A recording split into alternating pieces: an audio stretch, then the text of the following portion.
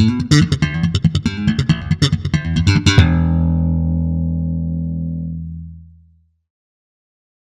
again, Mark here from Talkingbass.net. Now this week I'm going to give you a little tip on thrash metal bass playing by applying an economical less is more approach to doubling guitar riffs that you'll hear in the playing of guys like the late Cliff Burton of Metallica and Tom Araya of Slayer. And the riff that we're going to focus on today is the opening riff from the tune Raining Blood by Slayer. As always, the lesson material and backing track for this lesson are available to download from Talkingbass.net, so just follow that link in the info below. And while you're there, check out the lesson map where you'll find hundreds of free video bass lessons on every topic imaginable. Then subscribe to the free membership to gain access to tons of free practice resources like ebooks, backing tracks, and much, much more. So go check it out. So let's have a look at Raining Blood. We have a backing drum track at 172 beats per minute, and the opening bass line sounds like this.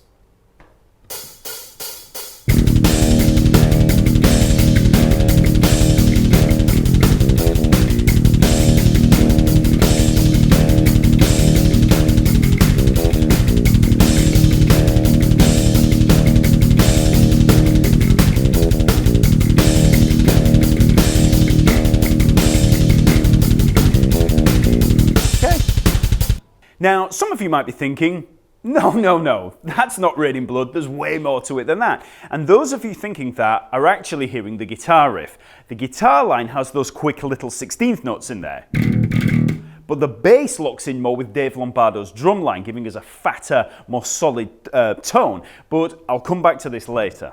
So first of all, let's just quickly run through the notes in there. Now, this song is tuned down a half step, so tune all of your strings down a half step. So we've got E down to E flat, A down to A flat, D down to D flat, and G down to G flat.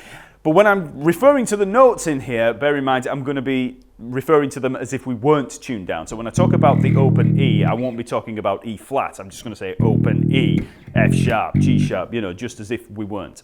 So we begin with this open E string and the octave there at the second fret of the D string.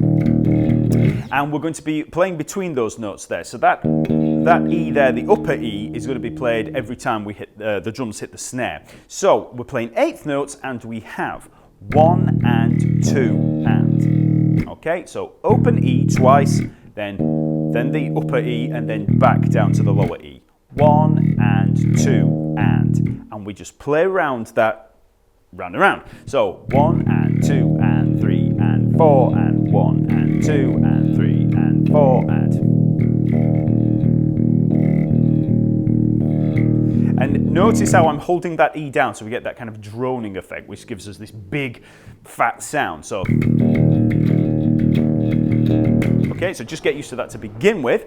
Then we have this little line at the end, so we're going to have E, open E, then F sharp, G sharp, so second fret, fourth fret, E string, then C sharp, fourth fret of the A string, then we come down F, E, and C, B, so third fret, second fret, D string, third fret, second fret, A string.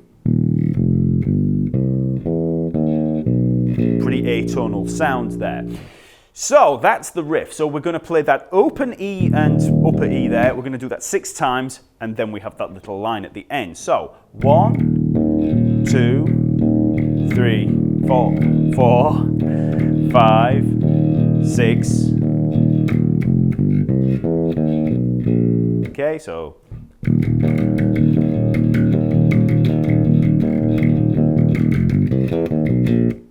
round and round.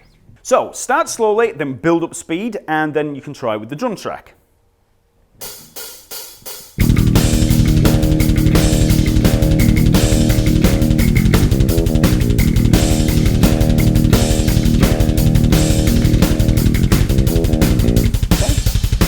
So now let's have a little closer look at that riff. Now, as I mentioned earlier, the guitar actually plays a repeating 16th note figure in there that sounds like this.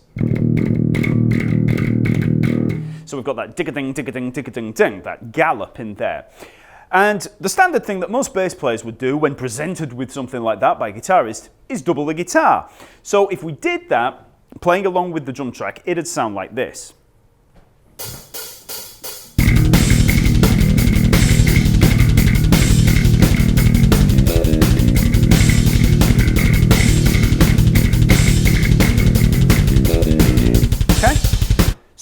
know, that sounds okay. It's very, very percussive, very clanky, but, you know, it's okay.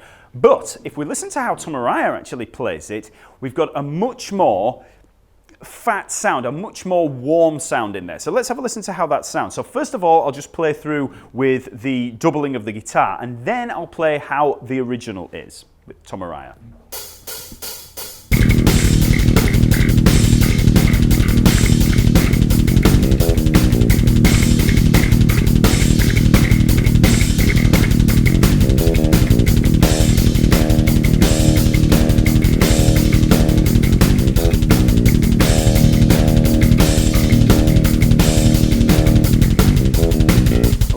So you can hear that very, very different.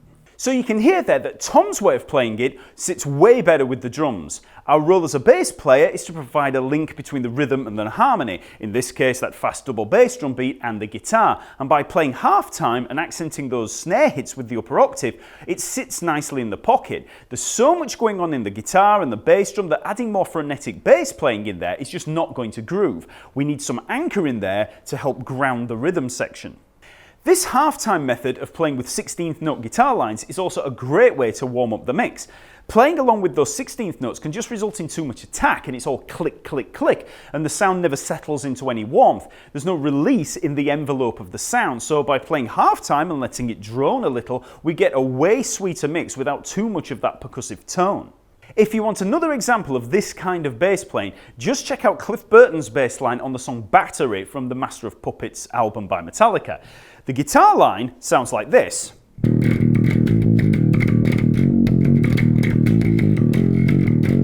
Okay, so we've got that digga-ding, digga-ding, digga-ding, again, that gallop. Whereas Cliff Burton plays this.